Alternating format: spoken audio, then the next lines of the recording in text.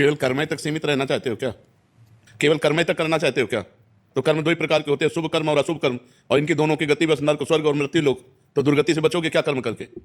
सत्कर्म करना है, भगवत कर्म करना है, भगवान के अधीन होकर के कर्म करना है, श्री कृष्ण अनुकूलेन कर्म करना है, प्रतिकूल से विसर्जनम करना है, भजन करना है, परोपकार करना है, माता पिता की सेवा करनी है, पुत्र परिवार आदि का पालन करना है, और ये सब कर्म भगवान को अर्पित करके भगवत प्राप्ति करनी है। अगर भगवत प्राप्ति नहीं तो शुभ अशुभ कर्मों के पचड़े में तो पूरा संसार फंसा हुआ है। सब संसार कर्म कर रहा है, तुम थोड़ी कर्म कर रहे हो। बिना कर्म किए कोई एक क्षण भी नहीं रह सकता।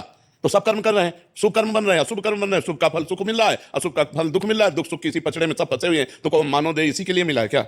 केवल कर्म करते हुए सुख और दुख का भोग करना। मानव देह का फल मिला है, सुख दुख के समय कृत्वा लाभा लाभो जया जयो। सुख दुख में समान भाव करते हुए, लाभ अलाभ में, जय पराजय में समान भाव करते हुए परमात्मा प्राप्ति करने के लिए, परमात्मा प्राप्ति करने के लिए शुभ अशुभ दोनों कर्मों का नाश करना होता है। शुभ अशुभ दुर्ग विध्वंस बल तब जयति जयति जग उच्चरे। शुभ अशुभ दोनों कर्मों का जब नाश होगा तब भगवत प्राप्ति होगी। अभी आता है, ये कला आती है दोनों कर्मों का नाश करने की। वो है हुई है सोई जो राम रचि राखा, को करि तर्क बढ़ावे शाखा। वही होता है जो भगवान ने रच रखा है। तो अब भगवान ने हमें मानव देह रच रखा है, भगवान के हम अंश हैं। अब हम भगवान का भजन करके शुभ अशुभ का नाश करके भगवत प्राप्ति करेंगे।